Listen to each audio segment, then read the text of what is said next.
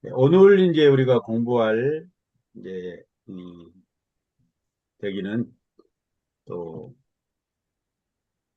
새로운 또 단락이 되겠습니다.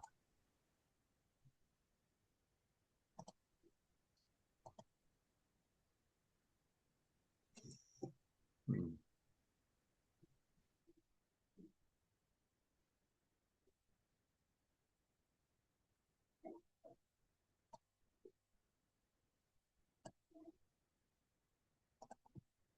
오늘 이제 4장 14절부터 시작해서 7장까지가 7장 28절까지가 이제 또 새로운 하나의 단락 설교가 되겠죠. 쭉 여러분 읽어보시면 아시겠지만 여기 이 4장 14절부터 7장까지는 대제사장, 예수님의 대제사장 되심에 대한 주제를 가지고 하나의 그 짧은 설교가 진행이 되고 있거든요. 근데 여기 말씀을 보면은 그 14절부터 시작해서 5장 10절까지를 보면은 음, 그 구약의 대제사장이었던 아론과 그, 그 멜기세덱의 계율을 따르는 대제사장을 대조하는 이야기가 4장 14절부터 5장 14절. 그러니까 아론과 멜기세덱을 대조를 해요. 그러면서 예수님이 바로 그 멜기세덱의 그 반차를 그 계열을 따라오신 분이다 하는 이야기를 하고 있습니다.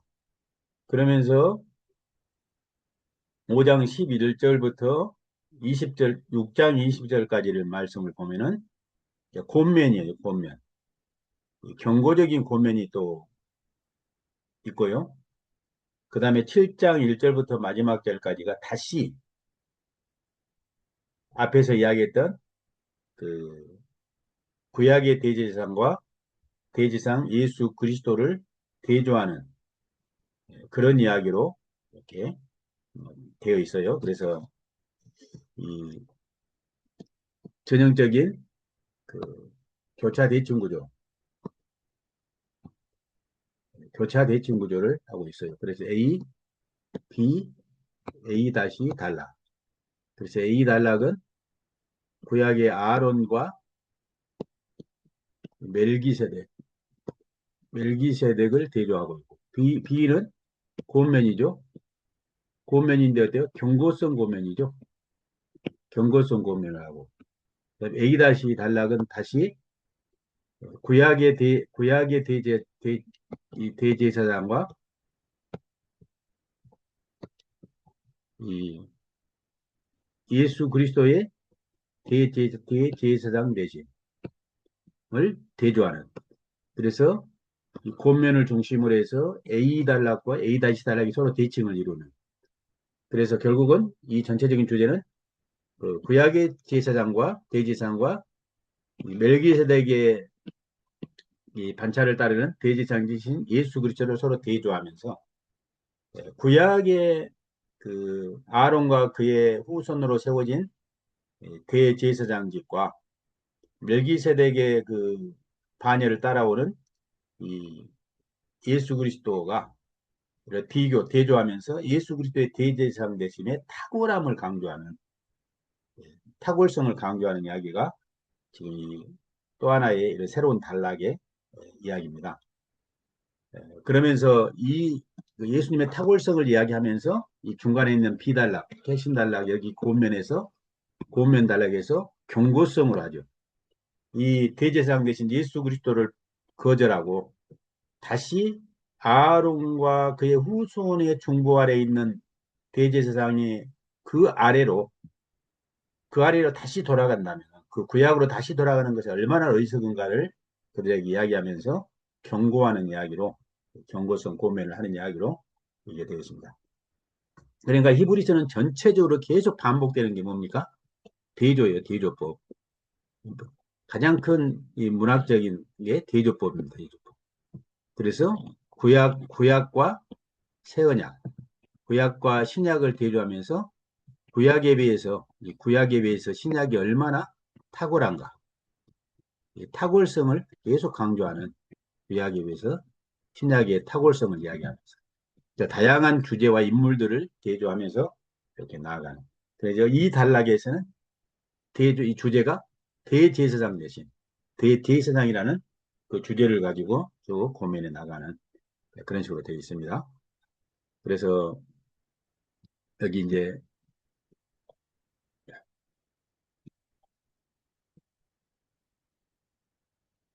여기를 보시면은 4장 11절부터 7장 21절과 새로운 단락이에요. 새로운 하나의 짧아가지고 설교입니다. 이 단락은 우리 대제사장 대신 예수 그리스도를 구약의 경륜에서 대제사장이었던 아론과 대조하면서 그 예수님의 탁월성과 완전성을 강조합니다. 그래서 교회를 고면하는 이야기가 이 새로운 단락. 그래서 이 단락은 크게 아론과 멜기세덱의 계율을 따르는 대제사장을 대조하고 있죠. 아론과 멜기세덱을 대조합니다. 그리고 이게 이제 10절까지 4장 14절부터 5장 10절까지 그리고 교회를 향한 경고성 고면이 5장 11절부터 6장 20절까지 아론과 멜기세덱의 계율을 따르는 대제사장의 대조. 그래서 구약의 대제사장인 아론과 멜기세덱의 계율을 따르는 대제사장 대신 예수 그리스도를 대조하는 이게 A 다시 달라. 7장 이렇게 대칭 구조로 이렇게 이루어졌어요. 그 중에서 이제 오늘 우리가 살펴볼 이야기가 그 본문이 이제 4장 14절부터 5장 10절까지의 말씀인데 여기 보면은 4장 14절부터 5장 10절까지 말씀인데 이게 이제 A 단락이죠. A 단락. A 단락. 그래서 어서 오세요, 목사님. 그 이야기를 우리가 이제 살펴봅니다. 그래서 이 A 단락 오늘 4장 14절부터 5장 10절도 또 조금 세분해 보면 4장 14절부터 16절까지는 권면, 그다음 5장 1절부터 4절은 구약의 대제사장, 5절부터 10절은 대제사장 예수 그리스도 이렇게 세 부분으로 이렇게 나누어 줄 수 있겠습니다. 그래서 세 개의 소단락으로 살펴보겠습니다. 문제는 이제 넘어가시고 해설했던 부분으로 다시 들어가 보면요. 새로운 단락이 시작이 됩니다. 4장 14절부터 7장 23절까지. 이 단락의 주제는 대제사장입니다. 대제사장. 그래서 예수님의 탁월한 대제사장 되심을 강조하는 게 이 단락의 주제죠. 그래서 구약시대의 대제사장이었던 이 아론과 그의 후손 또 멜기세덱의 계열을 따른 예수 그리스도를 대조해요. 그래서 예수 그리스도의 대제사장직의 탁월함을 논증합니다. 이렇게 하는 이유가 뭐예요? 지금 구약과 유대교로 돌아오라고 한 손에는 사탕을 들고 회유하고 다른 손에는 채찍을 들고 협박을 하는 이 유대교에 미혹되지 말고 예수 그리스도를 믿는 믿음에 굳게 서라고 히브리서 수신자 공동체를 경고적으로 고민하고 이루어간다 하는 말씀이죠. 그래서 저자는 이 새로운 주제를 도입하지 대제사장이라는 도입하여 이 수신자 교회 공동체를 고민을 하는데 그 주제는 바로 대제사장 예수다. 이 단락의 주제는. 그래서 히브리서 이 수신자 공동체를 비롯해서 새언약 백성들은 새언약 백성들에게 대제사장이 계신다는 사실을 상기시키죠. 그분이 누구십니까? 이분이 예수 그리스도시죠. 예수 그리스도.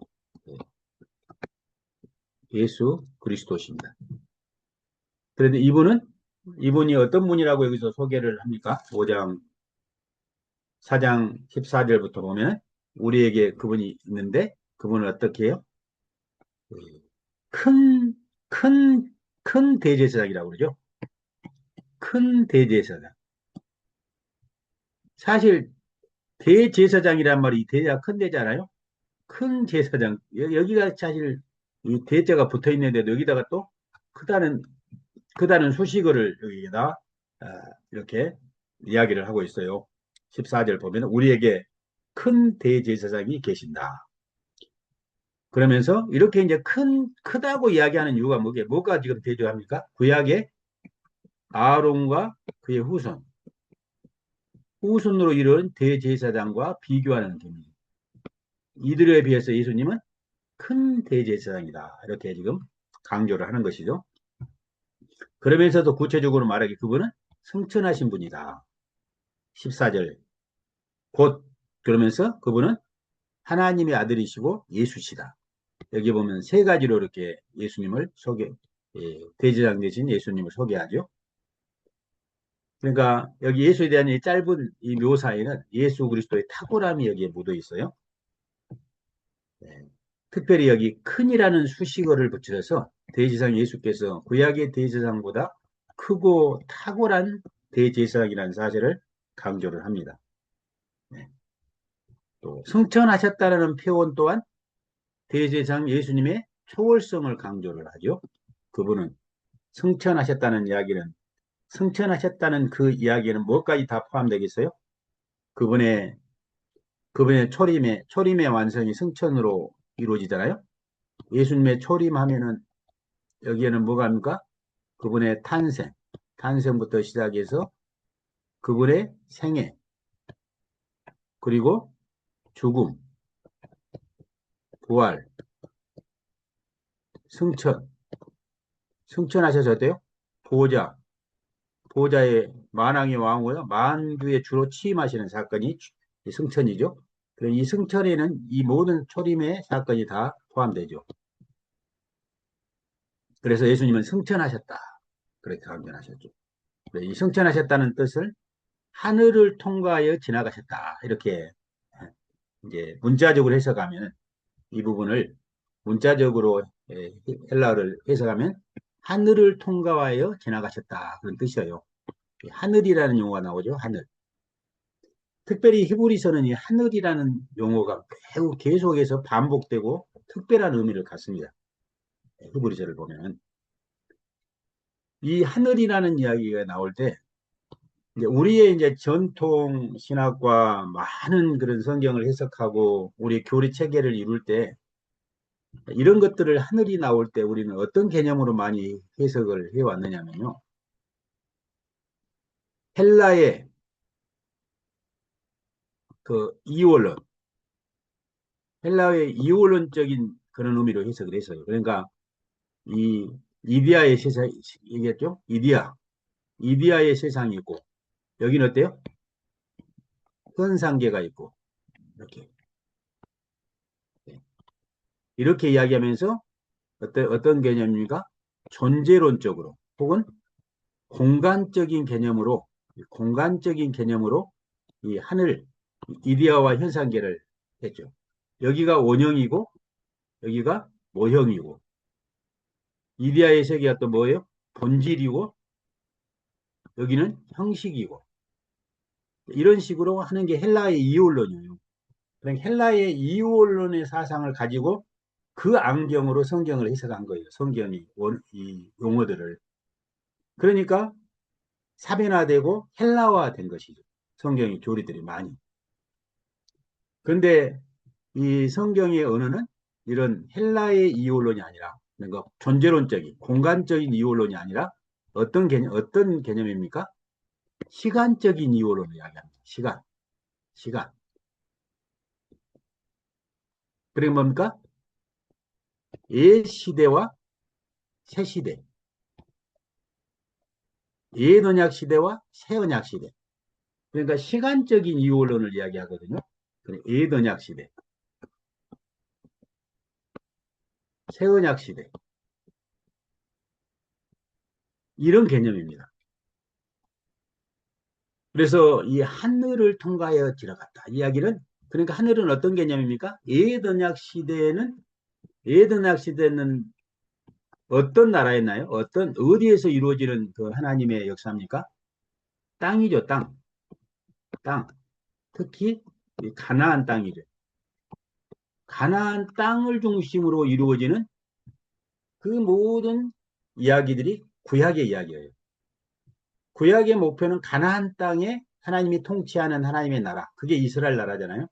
이걸 세워가는 것이 구약이었죠. 땅. 그래서 이스라엘 백성들은 땅에서 은혜를 받았고, 땅에서 그 복을 받았고, 땅에서 하나님의 임재 앞에 있었고, 땅에서 하나님과 동행하는 그런 삶을 살았죠. 그런데 이제 예수께서 이 땅에 어떻게 하십니까? 성육신하시고 승천하심을 통해 하늘이 열렸죠. 하늘이. 이제는 예언약의 시대가 아니라 새 언약의 시대가 도래했다. 예, 그런 의미가 되겠습니다. 그러니까 구약 시대 가나안 땅에 세워졌던 그 모형의 나라였던 땅의 나라를 반영하여 예수께서 이제 땅의 나라가 아니라 그 원형인 하늘나라에 올라가셔서 보호자 우편에 취임하셨음을 반영을 하죠. 여러분 그 하늘이 어디에 있나요? 우리는 공간적으로 어디에 있는지 모르죠. 하늘이 어디에 있나요? 하늘? 우리가 이제 하늘 영어로 말하면 스카이가 있죠. 스카이. 또 해븐이 있죠. 해븐. 이 스카이는 이제 우리가 말하는 대기권 이런 하늘이잖아요. 그건 이 해븐, 이 하늘. 그 공간이 어디에 있을까요? 달나라 옆에 있을까? 아니, 저쪽 명왕성 옆에 있을까요? 어디 오로라가 있는데 그 옆에 있을까? 이제 그래 이런 개념으로 공간적으로 막 이해를 하려고 하니까 많이 우리는 모르죠. 어디에 있는지는. 그런데 이제 실질적으로 중요한 게 여기서 이제 하늘이라는 개념은 구약의 땅의 나라와 대조되는 의미로 이제 하늘의 나라가 이루어졌다. 이걸 이제 사실 하늘의 나라를 강조하는 이야기가 뭐예요? 마태복음. 마태복음엔 하나님의 나라를 하늘나라로 이야기해요. 하늘나라. 그러니까 마태복음을 그걸 이해해야지 마태복음이 열리거든요. 우리가 이제 지난번에 우리 히브리서를 공부하기 전에 마태복음을 거의 1년 이상, 1년에 걸쳐서 아마 했던 것 같은데, 그, 왜 마태는 하나님의 나라라는 말을 쓰지 않고 하늘나라라고 썼나? 천국이라고 썼나? 예, 지금까지 이제 학계에서 학자들의 대부분의 그 공통된 일치된 의견은 어떤 거였냐면은, 유대인들은 어때요? 유대인들은, 여러분? 유대인들은, 구약의 유대인들은 하나님의 이름을 내 이름을 망령되이 걸지 말라 그러는 하나님의 이름을 부르는 데 상당히 두려워했어요. 그들은 두려움을 가졌죠. 특히 하나님의 이름 네 글자 있잖아요. 요드, 해, 바브, 해 이 네 글자 거룩한 이름 이게 여호와잖아요. 여호와. 그러니까 어때요? 서기관들이 필사를 하다가 이 이름만 나오면 어때요? 붓을 내려놓고 어때요? 목욕 제기하고 하나님 앞에 정결의식을 하고 다시 이렇게 하는 심지어 여호와라는 이름을 부르지도 못하고 그래서 어때요? 아도나이라는 아도나이 이게 나의 하나님이 나의 주님이다 그런 뜻이거든요. 아도나이라고 이름을 이 여호와라는 이름을 아도나이라고 바꿔서 읽었죠. 읽기도 그만큼 유대인들에게 있어서 하나님의 이름을 부르는 것은 어때요? 두려움 경이로움이었죠. 그러니까 마태복음의 1차 수신자인 마태 공동체는 어떻습니까? 여러분 마태 공동체는 유대인 중심으로 이루어졌죠. 대다수가 유대인들이죠. 그러니까 어떻게 해요? 유대인들에게 하나님 나라 그렇게 이야기하면 돼요. 상당히 하나님의 이름을 부르니까 상당히 꺼려하고 부담스러워하고 그러니까 이 하나님이란 이름을 어떻게 반 거예요? 나라에서 하나님이란 이름을 하늘나라로 하늘이라는 용어로 하나님이라는 이름을 바꿨다.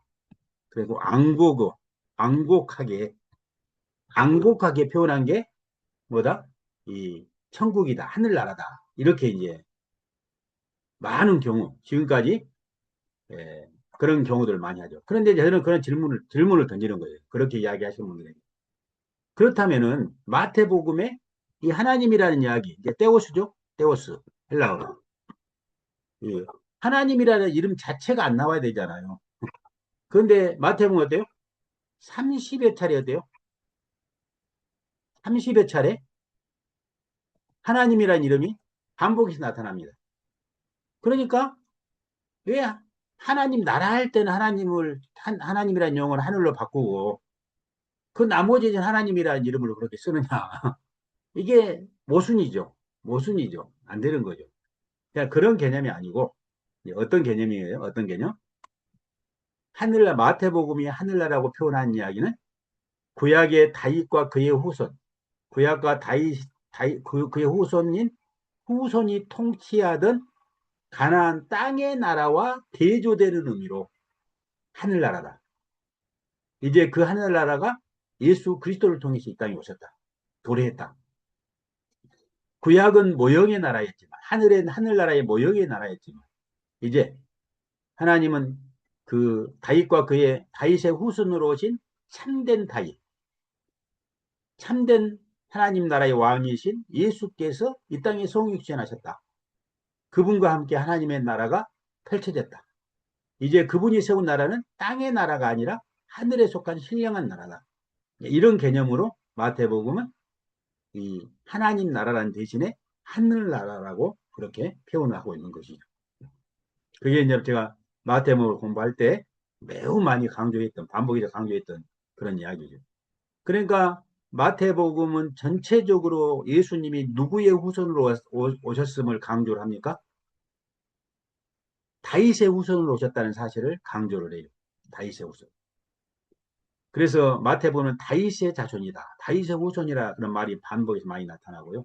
특히 그 마태복음 처음에 나오는 족보를 보면은 다윗을 중심으로 이루어집니다. 우리 성경은 아브라함과 다윗의 자손 예수 그리스도의 계보다 이렇게 되는데 헬라어 원문을 보면 아브라함보다 다윗이 먼저 나와요. 다윗의 후손 그리고 아브라함의 후손 예수 그리스도. 예수 그리스도 다윗의 후손이라는 것이죠. 그리고 마지막에 족보를 마무리할 때도 보면 어떻게 합니까? 아브라함부터 다윗까지 14대, 다윗부터 바벨론 포로까지 14대, 바벨론 포로부터 예수 그리스도까지 14대, 이 14대를 이야기하죠.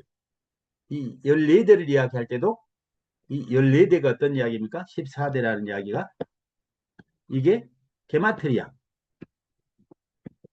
게마트리아 용법이죠. 게마트리아가 뭡니까? 어떤 인물을 이야기할 때 이 문자로 표현하는 거예요. 그러니까 이 다윗이 그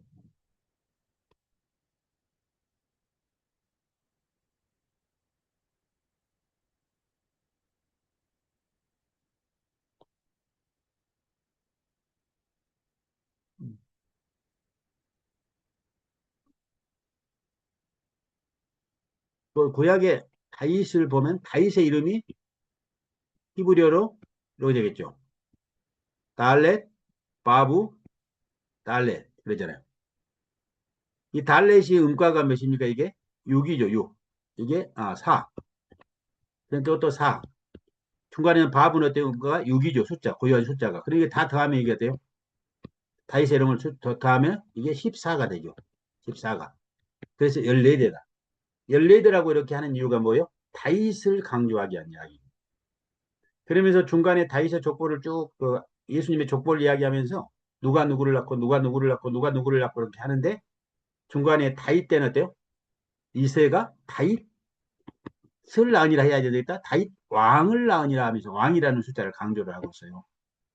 그러니까 마태복음은 전체적으로가 예수님이 다윗의 후손으로 오셨다는 사실을 강조하죠. 그러면서 다윗의 후손으로 오셨는데 그분은 다윗과 같이 사람 다윗, 혈과 육을 가진 다윗과 그의 후손의 가나안 땅에 그 모형의 나라를 이루시는 그런 왕이 아니라 그 모형이 봤던 그 실체, 그 하늘의 나라를 이 땅에 도래케 하셨고 그 나라를 예, 이루시고 그것을 이루어 가시는 그런 왕이시다 하는 사실을 강조한 게 마태복음이죠.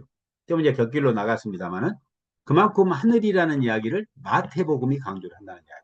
근데 히브리서도 못지않게 하늘이라는 용어를 강조를 해요. 그래서 여기 보면은 승천하셨다. 네, 승천하셨다 이렇게 이제 번역이 됐는데 하늘을 통과해 지나가셨다. 이제 이런 이야기죠. 그뿐만 아니라 또 어떤 분으로 소개합니까? 그분을 하나님의 아들이라 이렇게 표현하죠. 하나의 아들이라는 것은 성경에서 아들이라는 개념의 가장 기본적인 의미는 뭐냐면요. 상속자라는 겁니다. 상속자. 네. 상속자라는 것입니다. 그러니까 뭐예요? 아들은 아버지의 것을 상속해요. 성부 하나님의 것을 아들인 예수께서 다 상속하신다는 그런 표현입니다. 하나님의 상속자라는 뜻이죠. 그러니까 이처럼 대제사장 예수 그리스도는 구약의 대제사장에 비해서 탁월하고 초월성을 가진 상속자다 하는 이야기가 큰 대제사장이 있으니 곧 하나님의 아들이고 예수시다. 그분은 또 승천하신 분이시다. 이렇게 표현하는 것이죠. 그래 바로 이런 분이 우리의 대제사장이다. 이런 분이 새 언약 백성의 대제사장이다. 히브리서를 받고 있는 교회 공동체의 대제사장이 바로 그 예수 그리스도가 바로 너희들의 대제사장이다. 이렇게 이야기를 하는 거예요. 그러니까 어떻게 해요? 새 언약 백성은 믿는 도리를 굳게 잡아야 한다. 그렇게 이야기하죠. 그래서 14절 지금 한 절을 이야기하고 있습니다만 그러니까 우리가 어때요? 믿는 도리를 굳게 잡아야 한다. 이게 뭐겠어요? 믿는 도리는 예수 그리스도를 통해 하나님이 이루신 놀라운 하나님의 구원의 역사, 구속의 역사.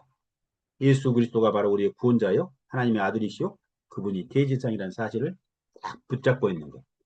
이게 바로 믿는 도리를 굳게 잡는 것이죠. 그렇게 예수님에 대해 소개하고 나서 저자는 예수의 대제사장됨에 대해서 더 풀어서 설명을 하죠. 우리에게 있는 대제사장 예수는 우리의 연약함을 동정하지 못할 뿐이 아니고 모든 일이 우리의 똑같이 시험을 받은 분이 죄가 없으신 분이다. 그렇게 이야기해요. 이 표현은 우리가 이미 2장 17절부터 18절에서 우리 살펴봤었죠. 이게 이제 뭐냐, 오늘날로 말하면 상처 입은 상속자, 상처 입은 치유자. 예, 뭡니까? 이미 그런 동일한 상처를 가졌다가 치유된 사람이 어때요? 그런 동일한 어려움 가운데 있는 사람들을 공감하고 그들을 치유하는 데 있어서 아주 강점이잖아요. 그런 의미로 상처 입은 치유자와 같은 이런 개념. 그러니까 이 17절, 28절은 그런 범사의 형제들과 같이 되신 마땅하도다. 그는 하나님의 일에 자비하고 신실한 대제사장이 되어 백성의 죄를 속량하여 그가 시험을 받아서 고난을 당하였은지 시험 받는 자들 능히 도울 수 있느니라 이렇게 말씀하고 있잖아요. 이 부분에. 그러니까 뭡니까? 예수님은 전혀 자기는 경험도 안 해보고 성도들이 지금 당하는 시험과 고난을 전혀 경험을 안 해보신 분이 아니라 그분은 어때요? 미리 이미 그 시험을 받고 고난을 받고 그런 가운데서도 승리하신 분이시다. 그러니까 성도들이 자기 교회 공동체 성도들이 이런 시험 가운데 있고 고난 가운데 있는 그들을 능히 도우실 수 있는 안성맞춤으로 도우실 수 있는 그런 의미도 예수님은 상처 입은 치유자 같은 역할을 이렇게 한다. 그 이야기를. 근데 그 동일한 표현이 지금 여기서 이야기를 하고 있죠. 모든 일에 우리가 똑같이 시험을 받은 이로되 죄는 없으시다. 그렇게 여기서 이야기를 합니다.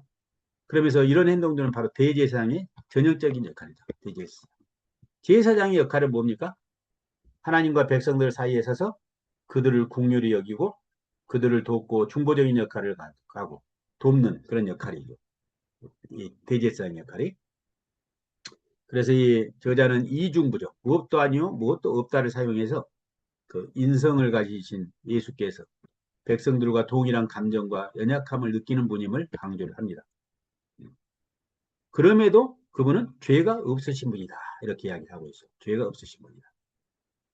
이 표현은 지금 뭘 염두에 두고 하는 게겠어요? 지금 예수님과 지금 대조하고 있는 구약의 대제사장들은 어때요? 구약의 대제사장들은 그들은 출신은 뭡니까? 사람 가운데서 나왔죠. 사람. 그러니까 그들은 어때요? 동일한 사람들과 같이 그들은 어때요? 죄 가운데 있고 연약함 가운데 있고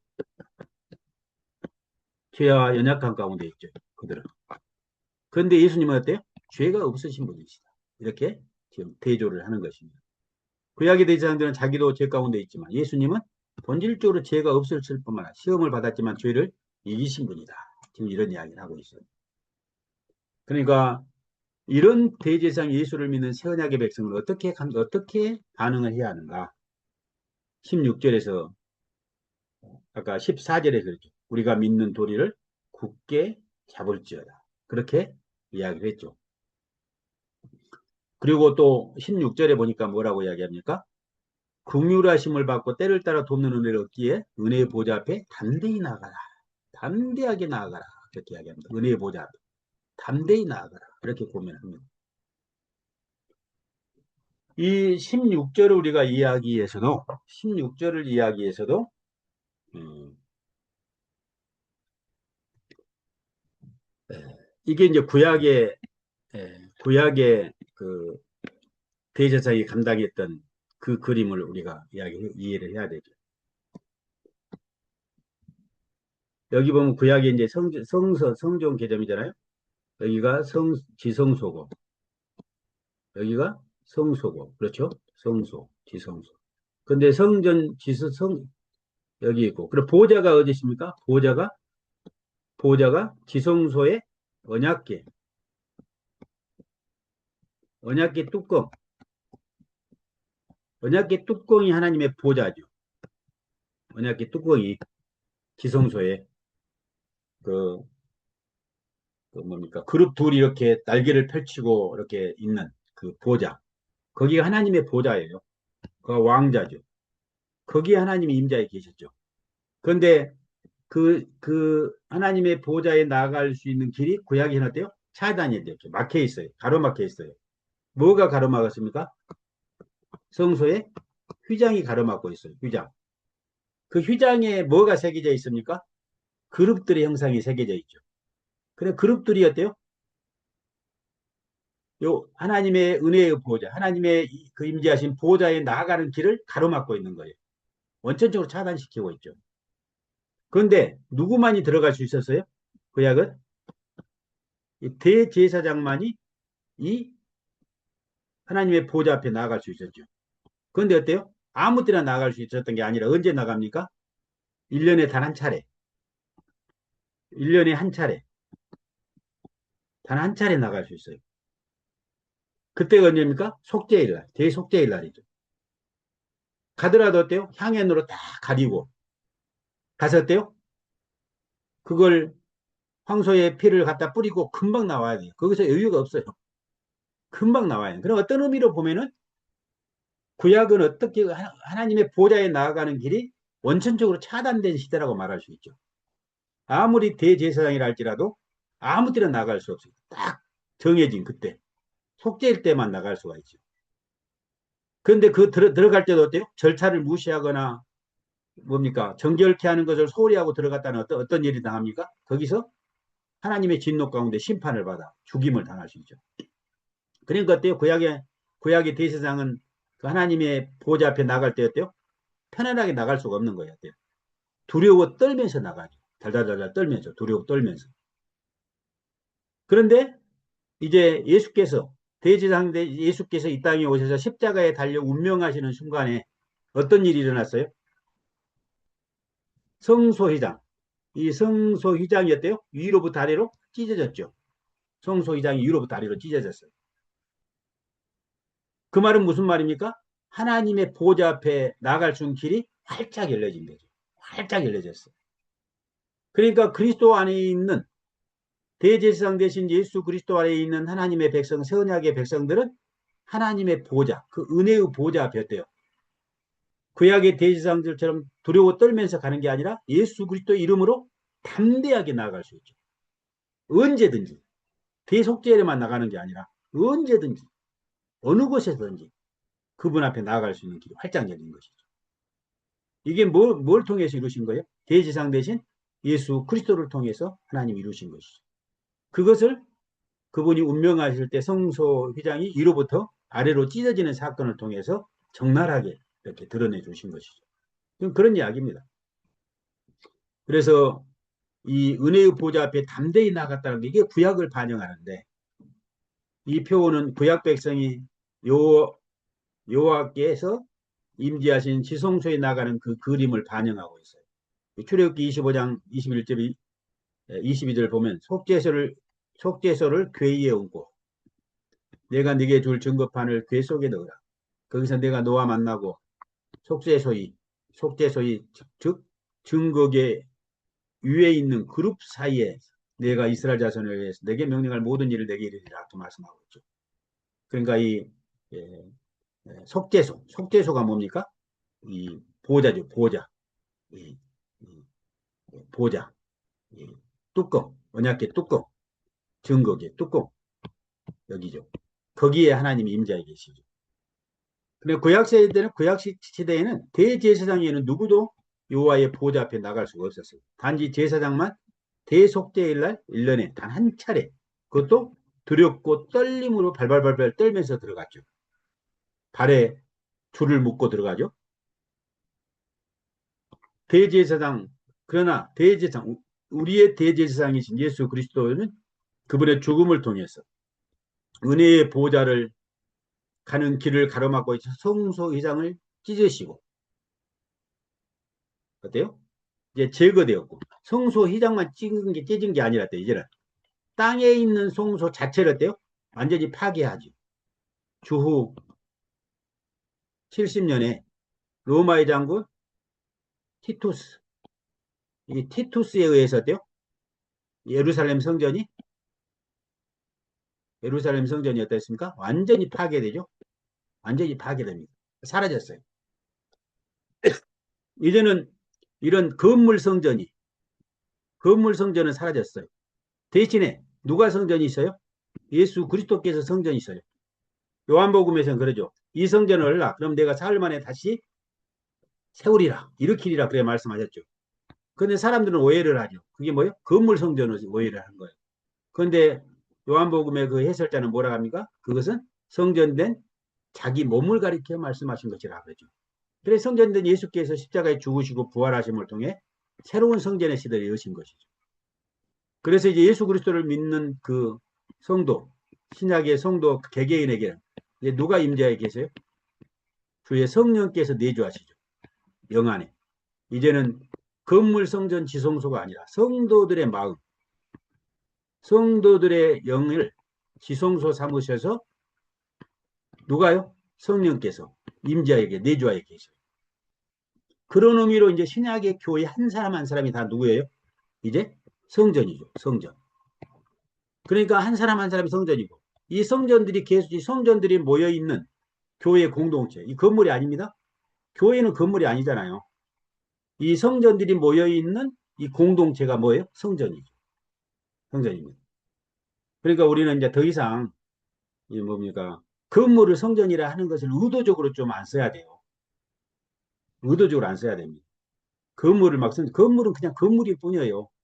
성전인 교회 공동체가 모여서 예배를 드리고 교제하고 이, 이 활동을 하는 하나의 공간으로 쓰이는 건물일 뿐이지 이, 이, 이 예배당이 성전이 될 수는 없죠. 이런 것들을 우리가 의도적으로 안 써야 됩니다. 언어 순환부터 해야 돼요. 해야 됩니다. 그러니까 이 땅의 성소까지 사라졌어요. 그래서 이제 대지상 예수 안에서 있는 새백성은 언제든지 두려워하지 않고 담대하게 하나님의 은혜의 보좌 앞에 나갈 수 있죠. 이제는 땅의 성소가 없잖아요. 이 땅의 성전이 없어요? 땅의 성전이 깨졌잖아요. 이제 우리는 어디에 올라가는 겁니까? 이 땅의 성전이 모형이었던 땅의 성전에 들어가는 것이 아니라 어디에 들어가요? 하늘에 있는 성전. 하늘에 있는 은혜의 보좌 앞에 담대히 나아가는 그런 시대가 되었죠. 이게 뭐예요? 예수 그리스도를 통해서 이루어진 것이죠. 그러니까 구약과 유대교는 어때요? 은혜의 보좌가 여전히 닫혀 있어요. 그래서 지금도 유대인들은 어때요? 성전은 없지만 어때요? 여전히 구약의 예법을 따라서 짐승의 제사를 통해 피제사를 통해 하나님을 그들이 섬기는 하나님을 예배하는 행위를 계속하고 있잖아요. 그러나 새백성들에게는 어때요? 하나님의 은혜의 보좌가 활짝 열려 있다. 활짝 열려 있다. 그래서 14절부터 16절은 짧은 세 절에 불과하지만 여기 이 세 절 안에 신구약 성경이 다 이게 녹아들어 있죠. 압축적으로 다 녹아들어 있는 것이죠. 대지상 대신. 이렇게 이제 14절부터 16절에 그렇게 이야기하고 나서 이제 본격적으로 5장 1절부터 10절에서 이제 대조를 합니다. 구약의 대제사장과 이제 멜기세덱의 반차를 따라오신 예수님을 대조를 해요. 이게 먼저 구약의 대제사장 보시면 계속해서 저자는 예수 그리스도의 대제사장 되심을 구약의 대제사장직과 대조하여 예수님의 탁월성을 강조합니다. 구약의 대제사장은 어떤 사람이었습니까? 여기서 설명을 하죠. 5장 1절 보면 대제사장마다 사람 가운데서 택했죠. 그들 어때요? 사람 가운데 택한 바들, 혈과 육, 혈과 육을 가진 사람 가운데서 택한 자예요. 그러니까 어때요? 백성들을 위해서, 백성을 위해서 속죄해야 되지만 먼저 뭐요? 자기 자신을 위해서 먼저 속죄를 해야 돼요. 자기도 연약한 가운데 있고 자기도 죄 가운데 있는 자이기 때문에 이게 구약의 제사장, 대제사장이죠.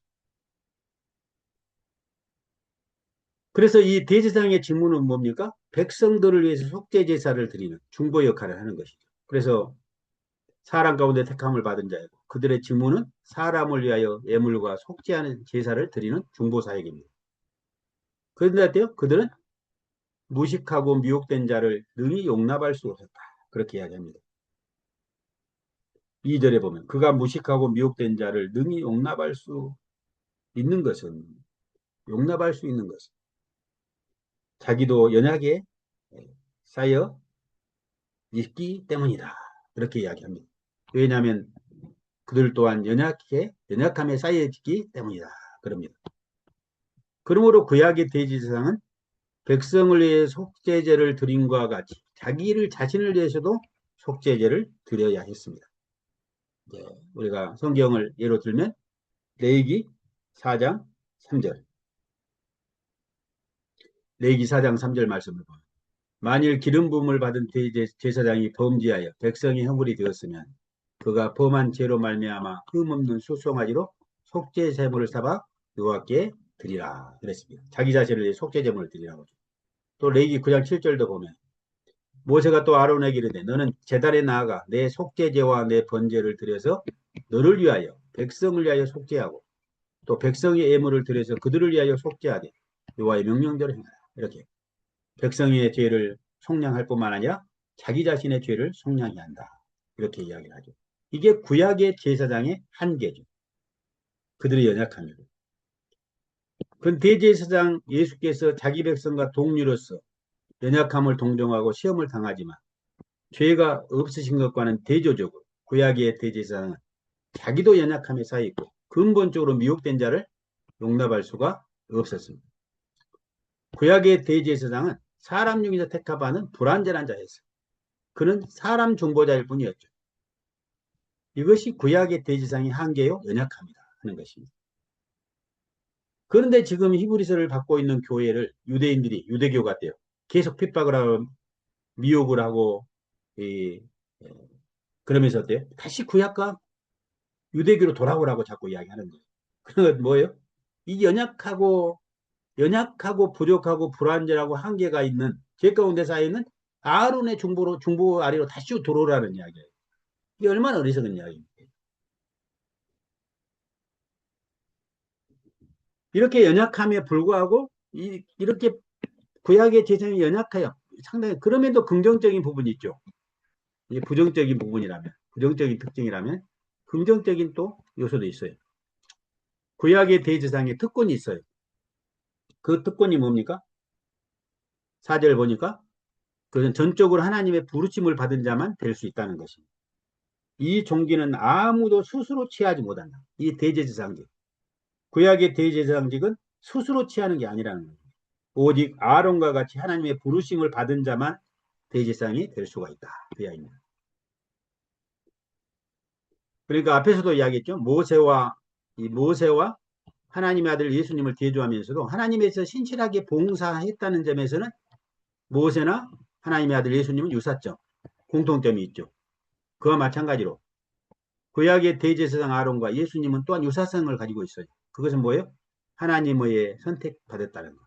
그 제사장, 대제사장직으로 부름을 받았다는 것, 선택을 받았다는 것. 구약의 아론과 그의 후손, 또 예수님 또한. 그런 면에서 공통점이 있죠. 유사점이. 바로 아론과 그 계열 대제사장이 그런 의미로 존귀하다. 하나님에 의해 택함을 받았다는 거죠. 아무나 될 수가 없죠. 구약은 12지파가 있지만 12지파 중에서 여러분 누구만요? 레위 지파만이 하나님 앞에 구별되었잖아요. 나머지 지파는 레위 지파, 이 하나님을 중보하는 이런 지파 사역을 할 수 없어요. 레위 지파 중에서도 어때요? 레위 지파 중에서도 제사장 가문과 일반 레위 지파가 또 차이가 있었어요. 제사장 가문 중에서도 대제사장과 일반 제사장의 차이가 있었어요. 이런 것들이 다 뭐예요? 하나님의 선택을 받는 것이죠. 이런 차별이죠. 이게 구약입니다. 구약. 그런 의미로 이렇게 택함을 받았다. 하나님에 의해 대제사장으로 이렇게 선택을 받았다는 점에서 탁월한 존귀함, 그 존귀함이 그들에게 있다는 이야기죠. 그래서 5장 1절부터 4절은 구약의 대제사장이 얼마나 연약하고 죄 가운데 있고 한계가 많은가 하는 것을 5장 1절부터 4절은 강조를 하고 있습니다. 그러면서 이와 대조에서 5절부터 10절에서는 대제사장 예수님의 탁월성을 이제 이야기하죠. 5절부터 10절을 보면 그렇다면 대제사장 예수는 어떤 분이십니까? 예수 그리스도께서 어떻게 대제사장이 되셨습니까?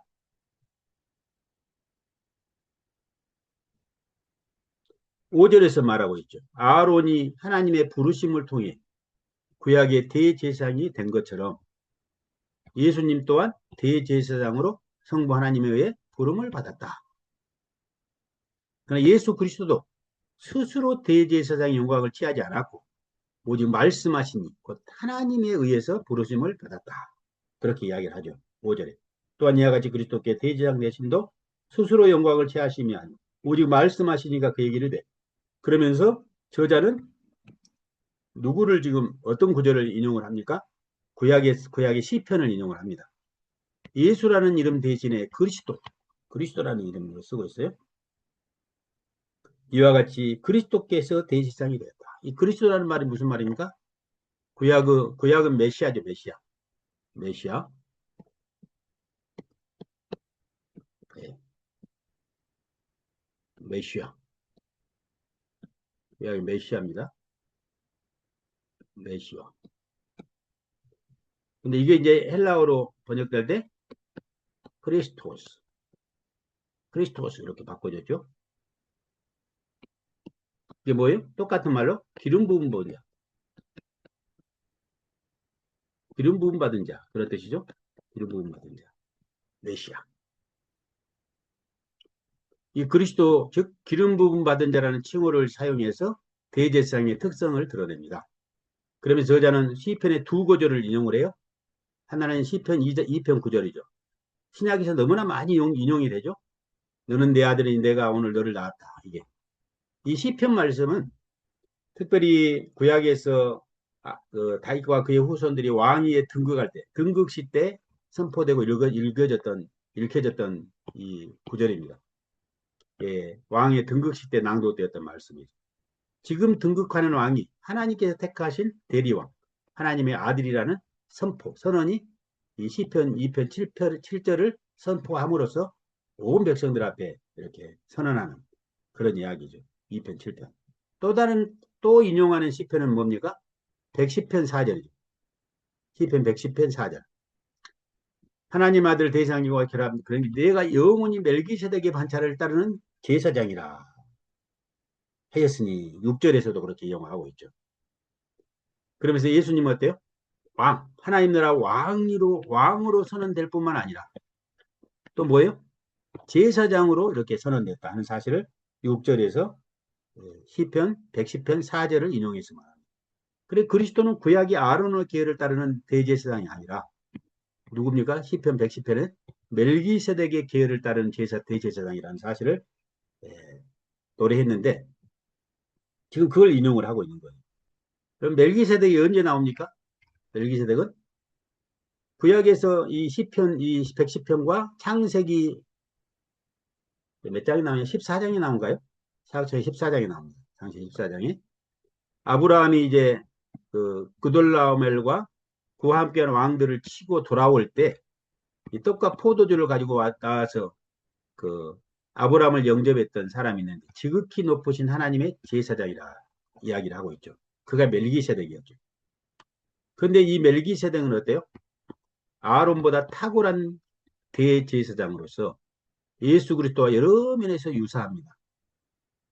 멜기세덱은 어때요? 아비도 없고 어미도 없고 시작한 날도 없고 생명의 끝도 없죠.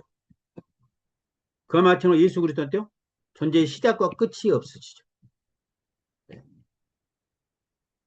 요한복음 또 요한계시록 보면 어때요? 나는 처음이요 마지막이라. 나는 알파 오메가라. 이렇게 이야기를 하죠. 그는 세상을 주관한. 또 멜기세덱이 지극히 높으신 하나님의 제사장이면서 살렘 왕이었죠. 샬렘. 평화의 왕이죠. 샬롬. 평화의 왕. 지극히 높으신 하나님의 제사장이면 살렘 왕인 멜기세덱인데 그와 마찬가지로 예수 그리스도 또한 대제사장이면 만왕의 왕이요 만주의 주고 그분이야말로 진정한 평강의 왕이죠. 네. 또 멜기세덱이 아브라함의 떡과 포도주를 준 것처럼 예수 그리스도 또한 생명의 떡과 포도주가 상징하는 자기 살과 피를 새 생명의 양식과 새 음료로 자기 백성들에게 주셨습니다. 또 멜기세덱은 레위지파 이전의 인물로 지극히 높으신 하나님의 대제사장이 된 것과 같이 그리스도는 레위지파의 계리 아니라 유다지파의 후손으로 하나님의 부르심을 받았죠. 그리스도는 그러니까 아론의 계열이 아니라 하나님의 아들과 같은 이 멜기세덱의 계열을 따라오신 대제사장이다. 이렇게 이야기를 하고 있죠.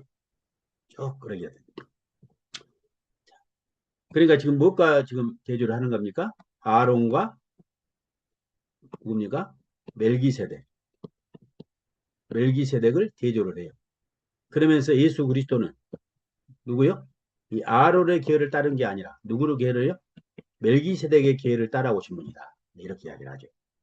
그렇다면 멜기세덱에 걸러진 우리의 대장 예수 그리스도 어떻게 그 직무를 수행하셨는가 하는 것을 계속 이어서 하죠. 7절에 보니까 우리의 대장이신 그리스도께서 하나님의 아들로서 우리를 대표하고 대신해서 우리 연약함을 짊어지고 친히 고난의 길을 가셨다. 그렇게 합니다. 그분은 심한 통곡과 눈물로 간구와 소원을 성부 하나님께 올리셨던 분이다. 또 고난을 자기 몸에 채우신 분이다. 이렇게 이야기를 하고 있습니다. 대지상 예수 그리스도께서 자기 자신을 영원한 속죄의 제물로 하나님 앞에 자기 백성을 위해서 드리셨다.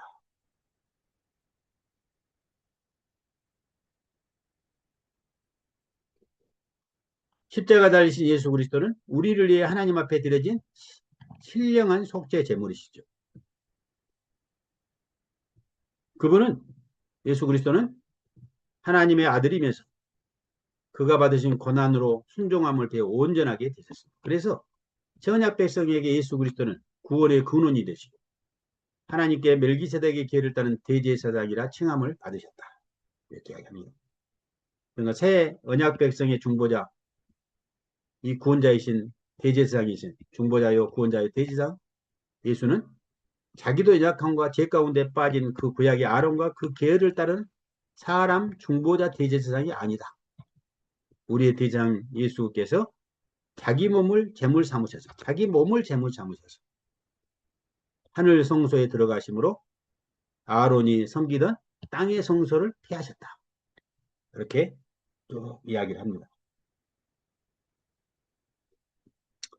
자, 그렇다면은 이런 분을 중보자요 대제사장으로 모시고 있는 이 히브리서를 받는 수시자 공동체 오늘 21세기를 살아가는 새언약 백성인 우리들은 어떻게 살아가야 하는가? 어떻게? 구약과 유대교의 어리석음과 한계를 분명하게 깨달아야 한다. 유대교가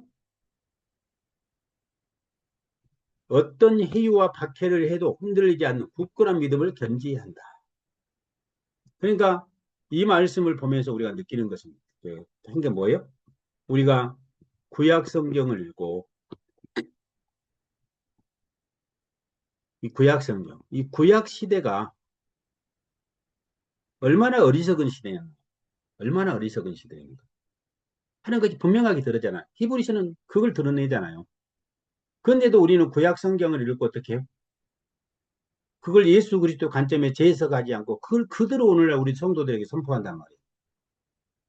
그러니까 우리 신약의 교회를 예수 안에서 탁월한 시대를 살고 있는 신약의 교회 구약 성경을 예수 그리스도를 통과하지 않고 복음을 재해석하지 않고 바로 이렇게 선포해서 적용하면은 뭐가 동일시 시켜버리는 겁니까? 새언약 백성들을 구약 백성과 동일화시키는 것이죠. 그러니까 구약 성경을 반드시 마지막 단계는 예수 그리스도의 복음의 관점에서 재해석을 해야 돼요. 그래서 그 모세 얼굴에 가려져 있는 수건을 걷어내야 되고 그때 구약의 성경이 복음 대신 예수 그리스도의 의미로 신약교회에 다가오는 것이죠. 우리는 지금 히브리서를 받는 교회들처럼 뭐 유대교로부터 핍박도 받고 있지 않는데도 불구하고 구약 성경을 읽고 그냥 그렇게 선포한단 말이에요. 구약의 시대는 그렇게 어리석은 시대인데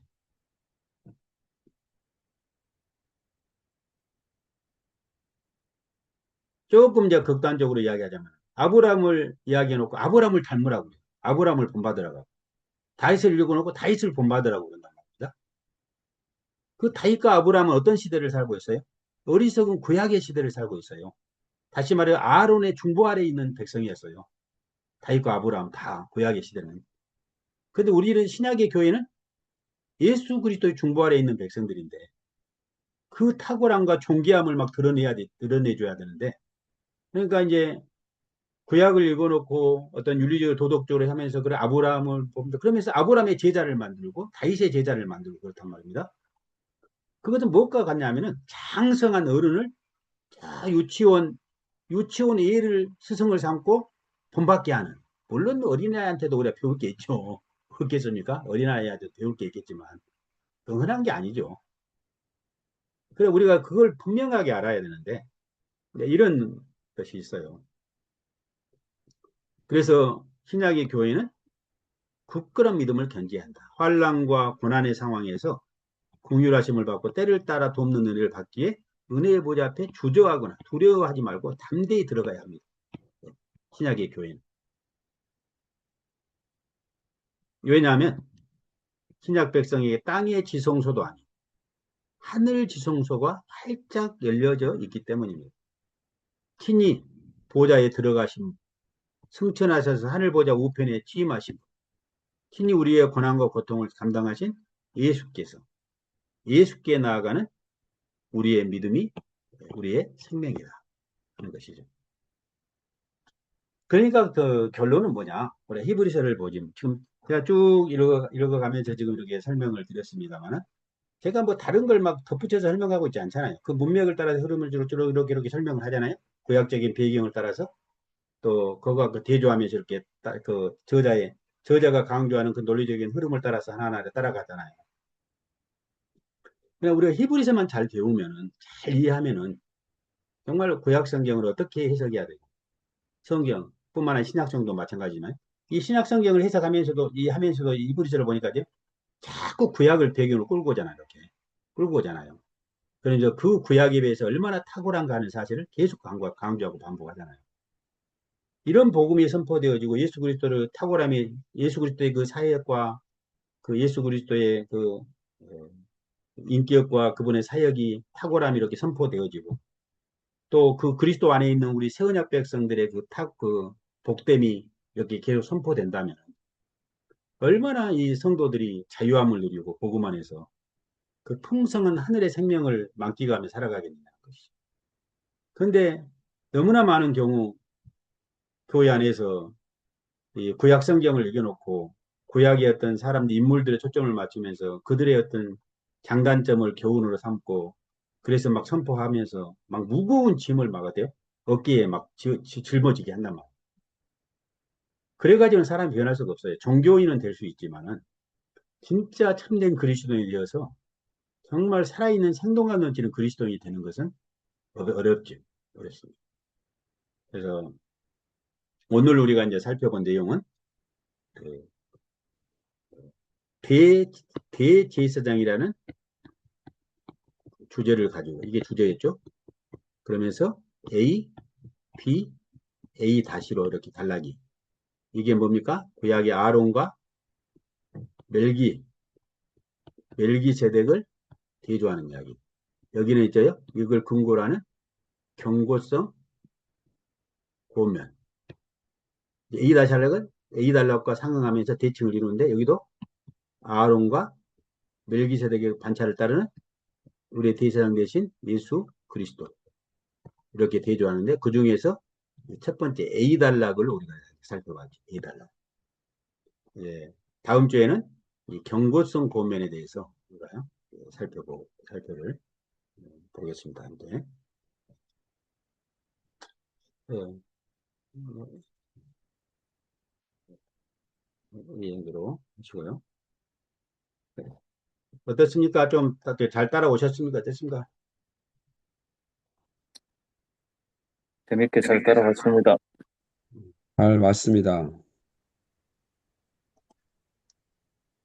좀 나눌 분들 나눌 것들이 있나요? 좀 질문이랄지 있으면 좀 말씀하시고.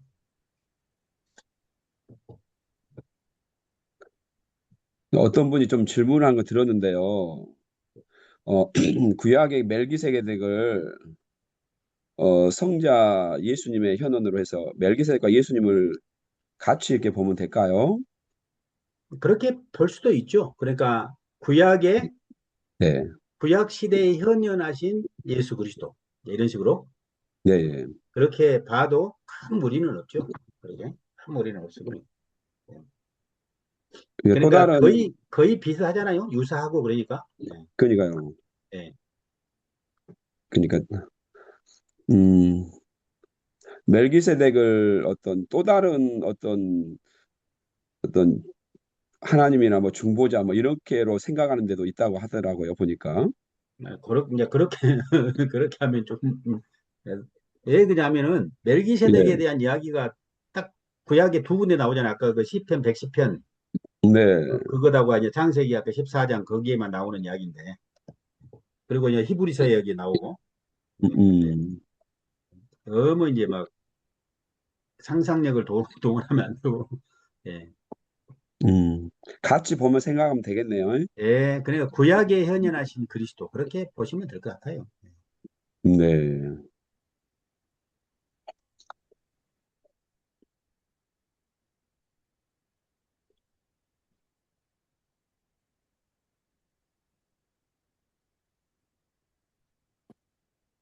더 많은 분들이 오셔서 또 같이 공부하고 고민하고 그러면 좋을 것인데 물론 이제 우리가 이제 또 영상 또 올리니까 또 관심 있는 분들은 계속 보고 계십니다. 지금 계시고 그러는데 상황들이 그래서 그런데 음.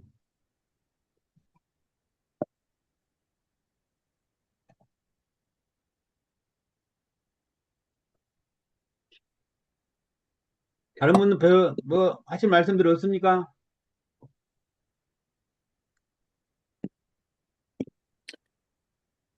설교를 구약 본문을 가지고 설교할 때도 있잖아요. 예, 예, 더 신경 써야 할 것이 반드시 예수 그리스도를 더 반드시 말씀하고 예, 설교를 이끌어갈 필요가 더 명료하게 보이네요. 예.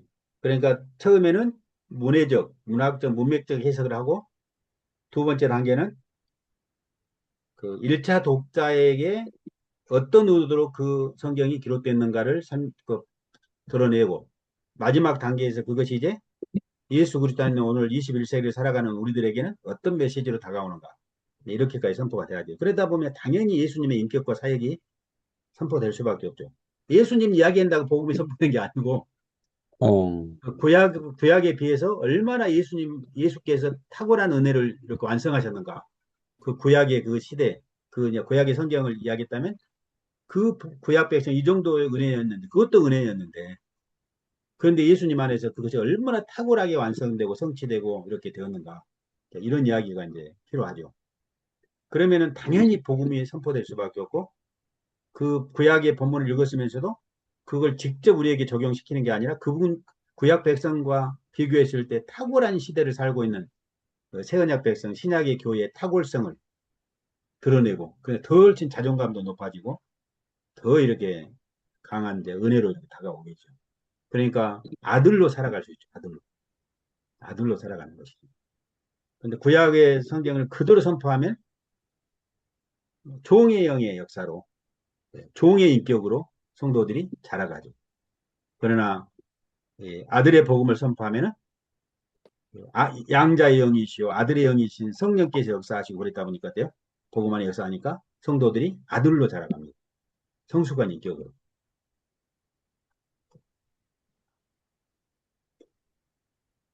어제는 여기서天학교 강의를 하는데 그 학생들이 몇 명이서 그러더라고요.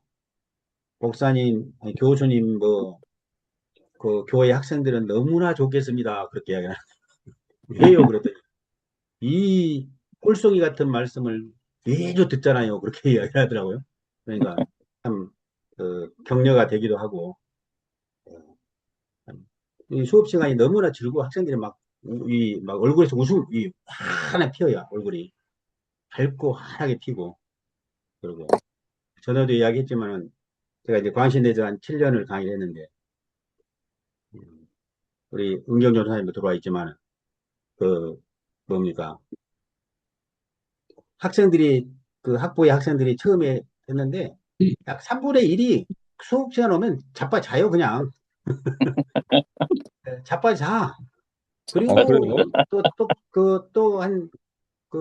또 많은 수는 또 막 핸드폰으로 이 엄지손가락으로 뭘 그렇게 하는지 뭐 게임을 하는지 그렇게 해요. 그러니까 제가 그러죠. 여러분들 와서 자더라도 수업료를 안 받고 게임을 하더라도 옆에 사람 방해하지 않고 저 뒷자리에 가서 이렇게 하라고. 방해만 하지 음, 마라. 그렇게 했죠. 그러니까 이제 그렇게 하다 보니까 한 달 정도 3주, 4주, 5주 가면은 변화가 일어나는 거예요. 여기 엎드려 있던 애들이 일어나. 이렇게. 어, 뒤에 있던 애들이 앞으로 와요. 게임 하던 애들이 스마트폰을 내려놓고. 그래, 그 애 이런 일이 일어날까 생각해 보니까 제 강의는 복음이 선포되거든요. 신학 이론이 아니라 복음이 선포, 매 순간. 그러니까 그 복음이 사람을 변화시키는 거예요. 복음이. 음, 물론 끝까지 뭡니까 스마트폰 안 내려놓을 때 있죠. 있기는 있는데 다 그런 건 아니지만은 그런 일들이 막 일어나더라고요. 그러니까 저는 그러면 그런데 확신을 갖게 됐고 그러면서 제 강의를 알아들었던 학생들이 저한테 이제 개인적으로 이렇게 막 문자가 오는 거예요. 이런 관점에서 써여진 책들 자료들을 좀 소개해달라는 거예요. 그거 없어. 중간에 파편들로 들어있지만 파편으로 들어있지만 처음부터 끝까지 그냥 오리지널로 이렇게 담겨있는 책들이 찾기가 없어요. 자료들이 거의. 그러니까 고민을 많이 하던 가운데 하나님 앞 기도하며 고민을 하던 가운데 어떻게 하면 좋겠습니까? 그런데 하나님께 문득 저에게 주시는 생각이 직접 쓰라는 거예요. 교재를 어, 직접 만들라. 이제 그래서 거기에 이제 순종함으로 제가 이제 순종해서 지금 나오는 책들이 오늘 지금 우리 공부하는 히브리서 탐구 여행과 같이 탐구 여행 시리즈가 지금 탄생하게 된 계기가 거기 있습니다. 그러니까 지금 현재 이제 9권이 지금 나와 있죠. 아니, 9권이 나와 있는데 주님이 그 66권 완공하기까지 살려주실지는 모르겠는데 어쩔 수 없는 이제 최선을 다하지 않았습니다. 그렇게 어. 그래서 이제 우리 김주빈 목사님은 이제 어떻게 이제 강의를 지금 이제 한 세 차, 서너 차례 이제 또 물론 이제 그냥 영상 올리는 것도 들어보고 계셨겠지만 이제 나중에 하면 좀 더 깊이 있는 교재들도 많이 했으면 좋겠고 이제 참 궁금하기도 하고 그렇습니다. 아니요, 저도 계속 복음 계속 하는데 과연 네, 복음적인 설교가 뭘까 이제 요즘 고민을 많이 해요. 네, 어, 그래서 과연 어떤 설교가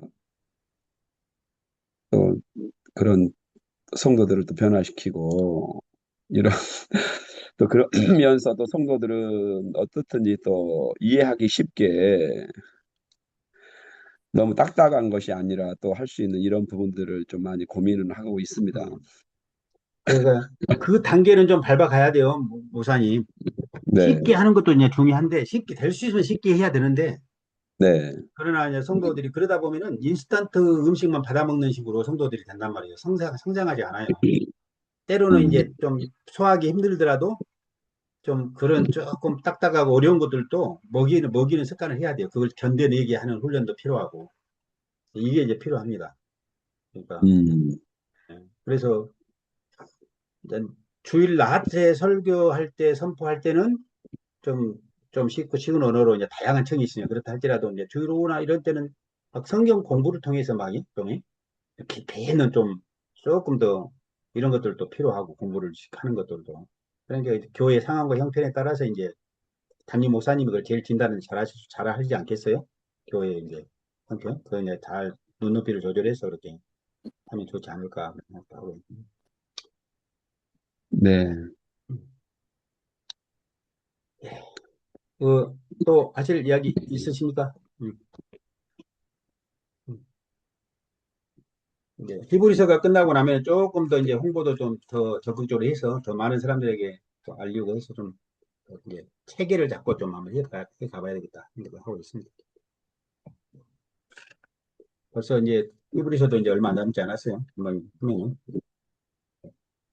그리고 이제 오프라인 때 진도를 쭉쭉 빼면은 아마 좀 여름이 되기 전에 끝나지 않을까 생각합니다. 고생을 하셨고, 예, 수고하셨습니다. 편안한 밤 되시고요. 또 다음 예, 주에 또 감사합니다. 감사합니다. 뵙겠습니다. 수고하셨습니다. 수고하셨습니다.